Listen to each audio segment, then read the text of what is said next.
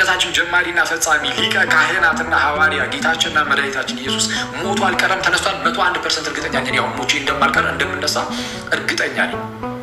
ሞቼ ስነሳ የማገኘውም ኢየሱስን እንደሆነ ደግሞ 101% እርግጠኛ ነኝ። ምክንያቱም ሞቶ ተነስቶ ያሳየኝ እርሱ ነው። ሞቼ ስነሳ ከክርስቶስ ውጪ ማንን ላይ ይችላለሁ እንዴ? ይህ ግልጽ እኮ መሐመድን እንኳን አይደለም የምታየው፣ ወይም ፈላስፎችን እንኳን አይደለም የምታየው። ሞቶ የተነሳውን ግን ታየዋለህ። ያኔ ከምታፍር ክርስቶስን እመንበትም ወዳጅ። ይህ ዝም ብለህ መጽሐፍን ከላይ በለብለብ እያነበብክ ይታረሳል፣ በዚህ ወጥቶ በዛ ገብቶ ምናምን የሚል ፍልስፍና ውስጥ ከምትገባ አሁን ጌታን እርሱም ክርስቶስ ኢየሱስን አገኘው። ከዛ በኋላ አታፍርም። አየህ፣ ሞተህ ስትነሳ ከአንተ በፊት የትንሣኤያችን በኩር ነው ስለተባለ ከአንተ በፊት በትንሣኤ የቀደመ ጌታ አለ። በስጋ መቶ ሞቶ የተነሳ ማለት በስጋ ሞቶ ከዛ በክብር የተነሳ በክብር ያደረገ ጌታ አለ። እርሱ ነው የምታገኘው። ያኔ አታፍርም። አየህ፣ እንኳን አመንኩ በጌታዬ የምትለው ክርስቶስን ከሆነ ብቻ ነው መሪኝ። እኔ እኮ ጋይስ፣ ይሄ እኮ በጣም ድፍረት ይጠይቃል። ሌላ እምነት መከተል እንዴ በኢየሱስ እኔ በጣም አደገኛ ድፍረት ነው የሚጠይቀው። ሞቼ ስነሳ እነዛን ፈላስፎች እንደማገኝ በምን አውቃለሁ? ወይም የተለያዩ ሃይማኖት መምህራን እንደማገኝ በምን አውቃለሁ? ክርስቶስ እንደማገኘው አውቃለሁ። ሞቼ ስነሳ ክርስቶስን እንደማገኘው እርግጠኛ ነኝ። ምክንያቱም ሞቶ ተነስቷል ኢየሱስ።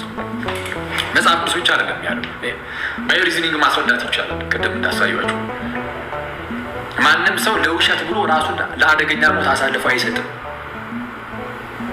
አስባችሁታል? ሰርቆ ሐዋርያቱ ዝም ብሎ ይሞታሉ እንዴ? ሰማዕታት ዝም ብሎ ነበር እንዴ? እንደዚህ አይነት አደገኛ የሆነ አገዳደልን ሲገደሉ የነበሩት እንዴ? እነ ቅዱስ አግናጢዮስ በህይወት እንዲያሉ እኮ ነው ገና ያን የሆኑ ማለት ነው። አንደኛ ክፍለ ዘመን መጨረሻ፣ ሁለተኛ ክፍለ ዘመን መጀመሪያ ላይ የነ ቅዱስ ዮሐንስ ወንጌላዊ ተማሪ ማለት ናቸው ቅዱስ አግናጢዮስ። በህይወት እያሉ ሳይገደሉ በህይወት እያሉ እኮ ነው ለአናብስት ተሰጠው፣ ለአንበሶች ተሰጠው። አንበሶች መጥተው ቦጫጭቀዋቸው የሚገድሏቸው እንዲሁ በቃ እየተሰማቸው ያ ስሜት ያን ሁሉ የሚቀበሉት አይ በቃ እኔ ትቻለሁ አልፈልግም ብሎ ክርስትና ማለት እኮ መብታቸው እኮ ነበር። እንደዛ ቢሉ እኮ ማንም እኮ ለእንደዚህ አይነት ሞት እኮ ማንም አሳልፎ የሚሰጣቸው አልነበረም። ሰማዕታት ለእንደዚህ አይነት ሞት ራሳቸውን አሳልፈው የሰጡት ኧረ ለምንድን ነው? ጌታ ኢየሱስ ስለተነሳ አይደለም ወይ ነው? እሱ ስለታወቀ እኮ ነው። ያኔ ባይሆንም አይተውትም ነበር እንዴ? እና ሐዋርያቱ ራሳቸውን ለአደገኛ ሞት አሳልፈው ባልሰጡ ነበር። መገረፍ እንዴ ስንት ነገር የደረሰባቸው እና ቀለል እኮ ጳውሎስ እንዴት የተወገረው ሞተ ተብሎ እኮ ተጥሎ እየተሄደ ድጋሚ እያንሰራራ እየተነሳ እኮ ነው አይደል ሲሰብክ የነበረው።